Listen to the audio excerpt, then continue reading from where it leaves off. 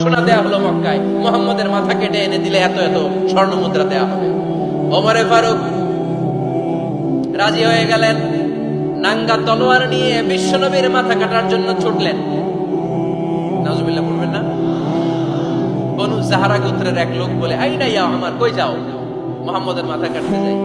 আরে মুহাম্মদের মাথা কাটতে যাও? তোমার বোন ফাতিমা বিনতে খাত্তাব আর তোমার বোন জামাই সাঈদ কদ সাবা, এরা তো ধর্ম ত্যাগ করে ফেলছে, এটা তো আমাদের ধর্ম ত্যাগ করে মুহাম্মাদের ফলোয়ার হয়ে গেছে। আগে ওমর ঘর সামলাও, পরে মুহাম্মাদের মাথা কাটতেছে।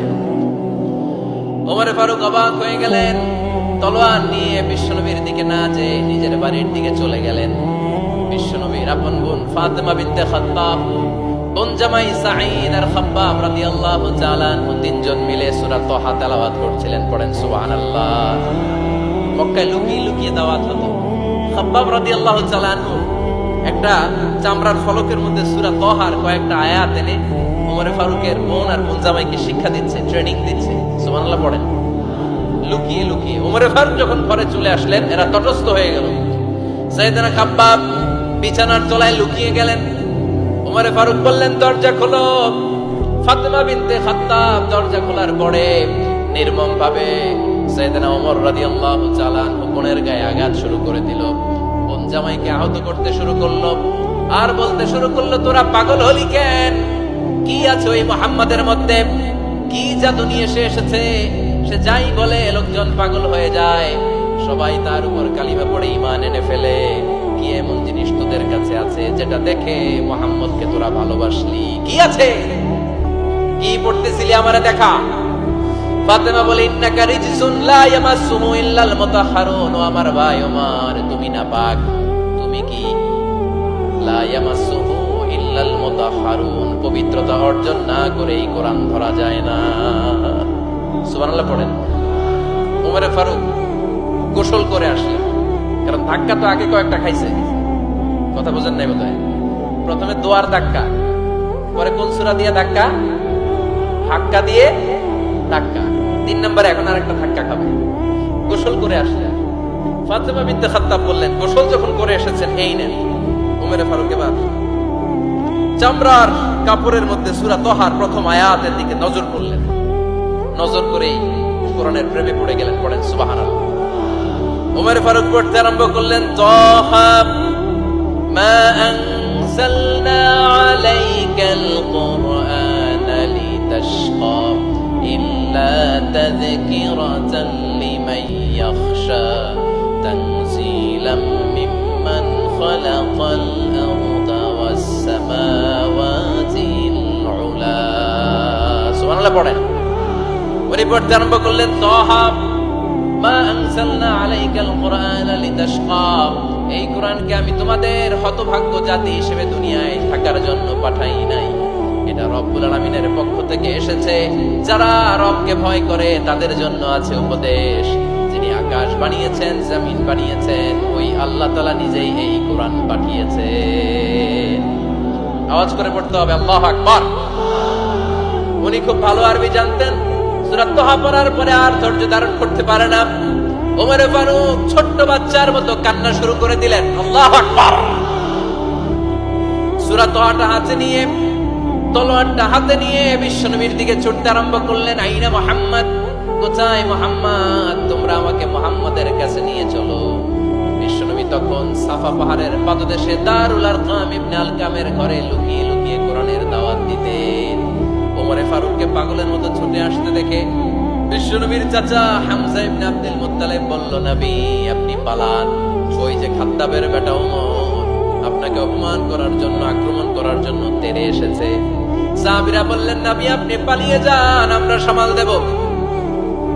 বিশ্বনবী বললেন, না আমি পালাবো না, বরং তোমরা সরে যাও। ওমর ইবনে আল খাত্তাবকে আমার দরবার পর্যন্ত আসতে দাও। আমার তো মনে হচ্ছে ওই যে তাহাজ্জুদের নামাজ শেষে চোখের পানি ছেড়ে যে আমি আল্লাহর কাছে দোয়া করেছি, আজকে আমার ওই দোয়াটা কবুল হতে শুরু করেছে। আমার তো মনে হচ্ছে আমার দোয়া কবুল হবে, আসতে দাও। ওমর ফারুক এসে বললেন, আশহাদু আল্লা ইলাহা ইল্লাল্লাহ ওয়া আশহাদু আন্না মুহাম্মাদান আবদুহু ওয়া রাসূলুহু। আমি সাক্ষ্য দিলাম আল্লাহ ছাড়া কোনো ইলাহ নাই, নিশ্চয়ই আপনি আল্লাহর প্রেরিত বান্দা এবং রাসূল। পড়েন সুবহানাল্লাহ। ওমরে ফারুক যখন কালিমা শাহাদা পড়ে মুসলমান হয়ে বিশ্বনবীর হাতে হাত রাখলেন, মুসলিম সাহাবীদের মধ্যে খুশি আর আনন্দের বন্যা বয়ে গেল। মুসলিম হাতে গোনা সাহাবারা আল্লাহর প্রশংসা করলেন। বিশ্বনবী সাইয়েদনা ওমরে ফারুককে জড়িয়ে ধরলেন। ওমরে ফারুক আবার বিশ্বনবীরে বললেন, নবী গো, আলাসনা আলাল হক, আমরা কি সত্যের উপরে আছি নাকি আমরা ভুলের উপরে আছি? বিশ্বনবী বললেন, বালা নাহনু আলাল হক, আমরা এই সত্যের উপরে আছি। সুবহানাল্লাহ পড়েন। আলাসনা আলাল হক, নবী আমরা কি সত্যের উপরে নাই? হ্যাঁ অবশ্যই ওমর, তুমি সত্যের উপরে আছো। ওমরে ফারুক বললেন, তাহলে ফাফিমাল ইখতিফা, তাহলে লুকায় লুকায় আর দাওয়াত দেব কেন? আমি তো কালিমা পড়ে ফেলছি, আসেন আমার সাথে বের হই। ফাফিমাল ইখতিফা, আর লুকায় লুকায় কেন? আসেন আমরা বাইরে বের হই। বিশ্বনবী বললেন, ওমর এটা মাক্কি জীবন, এখানে আমরা একটু গোপনে গোপনে দাওয়াত দিতে চাই। ওমরে ফারুক বলে, না, আমার দায়িত্ব, আমি একটা মিছিল দিতে চাই নবী। আল্লাহর নামের তাকবীর দিতে দিতে দারুল আরকাম থেকে শুরু করে মসজিদুল হারাম পর্যন্ত একটা মিছিল দিয়ে আমি মক্কা কাঁপাইয়া দেব। অনুমতি দেন। বিশ্বনবী দিতে চান না। ওমর ফারুক অনেক বোঝানোর পরে স্বল্প পরিসরের একটা অনুমোদন পাওয়া গেল বিশ্বনবী সাল্লাল্লাহু আলাইহি ওয়াসাল্লামের কাছ থেকে। কিন্তু মিছিল যে দিবে, মিছিলের জন্য লোকের দরকার আছে না নাই? এখানে লোক নাই, আমি একাই মিছিল দিতেছি। এটা জমবে, মিছিল জমবে। খুঁজে উনি 11 জন মুসলিম সাহাবা পেলেন। কয়জন? ওমরে ফারুক বললেন, 11 জনই সই। এই 11 জন নিয়ে আমি আল্লাহর নামের তাকবীর দিব। 2 লাইন করলেন। কয় লাইন? 2 লাইন। পেছনে 6 জন, আর এই লাইনের নেতা বানালেন বিশ্বনবীর চাচা হামজাকে রাদিয়াল্লাহু তাআলা আনহু। আর সামনে 5 জন, তার আগে দাঁড়ালেন উনি নিজেই।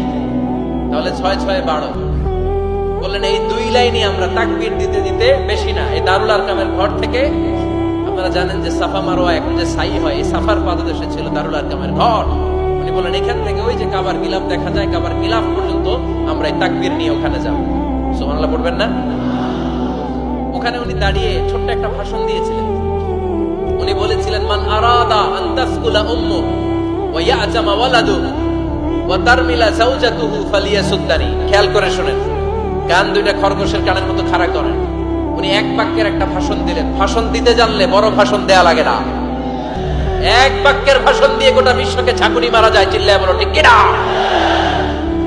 ওমরে ফারুক এক বাক্যের একটা ছোট্ট ভাষণ দিলেন। মান আরাদা আন তাসকুলা উম্মু, কে আছো মায়ের এই মক্কায়, কে আছো মায়ের বুক খালি করতে চাও? ইয়াজামা ওয়ালাদু, কে আছো বাচ্চাগুলারে, নিজের সন্তানগুলোরে ইয়াতীম বানাতে চাও?